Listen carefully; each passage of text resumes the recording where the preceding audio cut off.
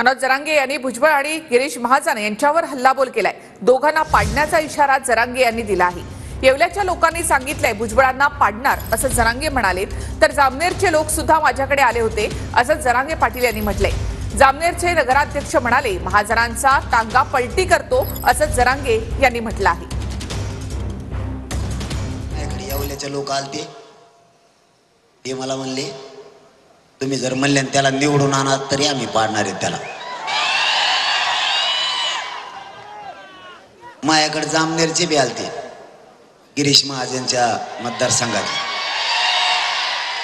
ते बी कावामावा रोवून रोवून वळवळ होती त्याला।